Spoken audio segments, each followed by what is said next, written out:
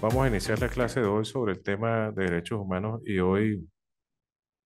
vamos a conversar un tema que tiene gran influencia sobre la protección, garantía y pleno ejercicio de los derechos fundamentales, los derechos humanos, y es la soberanía. Cuando nosotros describimos y definimos la soberanía, tiene que ver principalmente con el ejercicio pleno de la autoridad, de las facultades, en este caso de las autoridades de un país que bajo los principios de autodeterminación de los pueblos, pues ejerce sobre su espacio geográfico. Recordemos que los elementos del Estado, cuando hablamos de territorio, del pueblo, y del gobierno como autoridad, pues evidentemente allí en ese espacio geográfico, en esa limitación, es donde se ejerce pues la soberanía en ese espacio geográfico. Pero ¿qué sucede con los derechos humanos y la soberanía? Una de las principales críticas que se ha hecho al ejercicio de los derechos humanos tiene que ver aspectos sobre la, las facultades, la intromisión, la injerencia más bien de ciertos organismos multilaterales que pretenden afianzar más bien un criterio, sobre todo en temas de progresistas y garantistas de los derechos humanos. Una de las razones, para darles un ejemplo sobre el ejercicio de la soberanía, una de las razones por las cuales Venezuela se separó de la Organización de Estados Americanos luego de la denuncia de este tratado de la OEA en los años 2012, 2013, 2014, tiene que ver con la influencia del sistema de justicia venezolano. Allí nosotros encontramos que en los años 2007, 2008, hubo la destitución de tres magistrados de un tribunal de contencioso administrativo en el área metropolitana de Caracas. Y estos funcionarios, al ser destituidos, pues elevaron al perdón, a la Comisión Interamericana de Derechos Humanos para que evaluara su caso en función de que pues no se le había permitido, según el argumento de estos magistrados, primero acceder al sistema de justicia para pedir y reclamar las indemnizaciones, las compensaciones, por supuesto, con ocasión a un despido que según estos magistrados había ocurrido de manera arbitraria.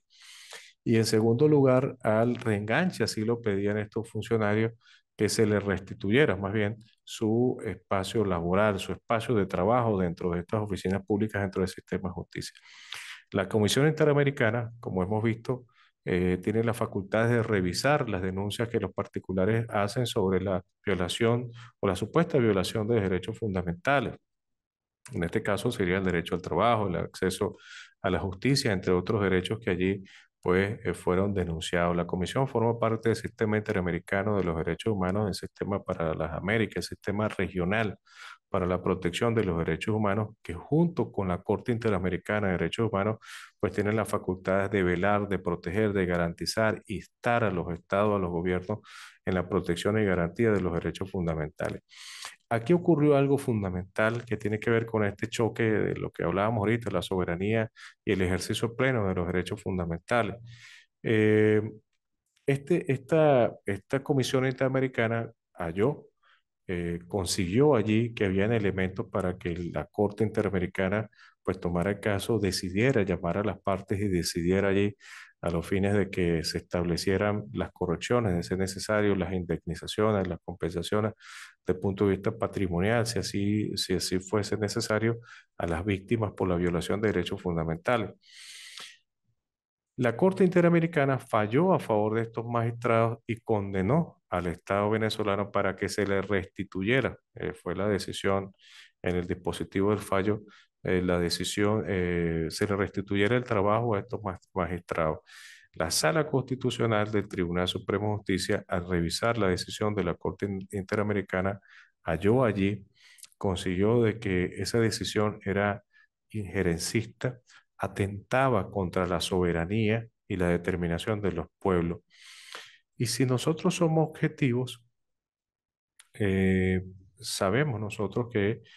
si hay un despido de un funcionario, pues debe acudir en todo caso, a los órganos regulares dentro del país, en cualquier parte del mundo, para que pueda evaluar su situación de carácter jurídico, resolver su situación y, por supuesto, tomar una decisión con las instituciones propias del Estado. En este caso, pues sería la Inspectoría de Tribunales o la Inspectoría del Trabajo o inclusive los tribunales que en materia laboral o el contencioso administrativo pues hubiese conocido sobre las peticiones de estos funcionarios. Pero el hecho cierto es que la decisión del Tribunal Supremo de Justicia consideró que la decisión de la Corte Interamericana era, era evidente o dejaba en evidencia la injerencia de este organismo multilateral que forma parte de la Organización de Estados Americanos en las decisiones eh, eh, propias, independientes, autónomas de los organismos institucionalizados en Venezuela. Entonces allí un ejemplo claro de lo que el Estado venezolano, en el ejercicio pleno de su soberanía, pues consideró que tal decisión era injerencista. Eso motivó, el motivo, si fuese suficiente o no, pues no es un tema para discutirlo en la clase de hoy. Pero esa situación, tras los aspectos políticos que en aquel momento, en el 2008, 2009, 2011, se venían presentando en el tema de la Organización de Estados Americanos, cada vez que había una reunión de este organismo multilateral, con la presencia allí de los diplomáticos que hacen vida de los diferentes países en la región, pues siempre había un ataque, por decirlo de alguna manera, o más bien un señalamiento y un cuestionamiento hacia la política de las autoridades venezolanas en el país. Siempre ha existido ese cuestionamiento. Entonces yo creo que ese fue el motivo, el justificado por la autoridad judicial para que Venezuela se separara de la Organización de Estados Americanos bajo el criterio de la violación de la soberanía. Entonces encontramos nosotros que es difícil para los organismos multilaterales y por supuesto la protección y garantía de los derechos fundamentales en esa delgada línea de la injerencia, no tropezar con la soberanía. ¿Hasta dónde pueden los organismos internacionales ejercer sus facultades, ejercer sus atribuciones, mucho más allá de una simple recomendación que se haga a las autoridades correspondientes, las autoridades gubernamentales, las recomendaciones necesarias para la protección y salvaguarda de los derechos fundamentales, mucho más allá que se quede en una simple recomendación, en una simple orientación, sino que tenga un papel protagónico, mucho más, no dejar de ser un protagonista tímido, sino activo más bien en en la exigencia de la garantía y protección de los derechos fundamentales que son reconocidos en la Declaración Universal de los Derechos Humanos del 10 de diciembre de 1948 y que también están reconocidos en el Pacto de San José de Costa Rica, la Carta de la Organización de Estados Americanos. Entonces yo creo que allí el tema de la soberanía, pues respecto al ejercicio pleno de los derechos humanos y frente a la observación, frente a la vigilancia de estos organismos multilaterales, pues se transforma en una barrera de contención que de alguna u otra forma impide que se visualice, se le haga seguimiento a la protección y garantía de los derechos fundamentales por parte de estos organismos multilaterales. Hay países como Bukele, por ejemplo,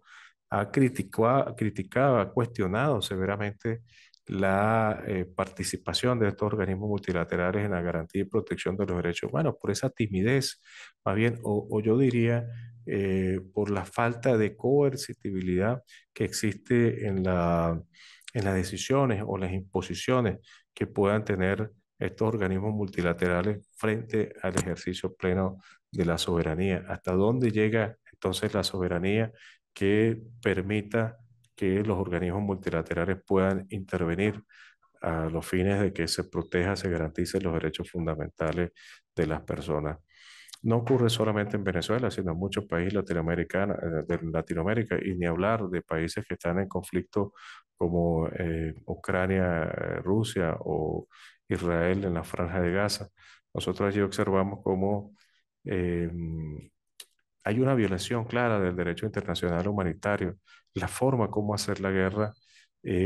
a pesar de que hay una Corte Penal Internacional junto con la Fiscalía Penal Internacional que ha llevado investigación, que ha recabado información, testimonios, documentación, videos sobre la violación de los derechos humanos allí, no solamente de los protagonistas de estos conflictos armados, hablamos de quienes hacen esta guerra,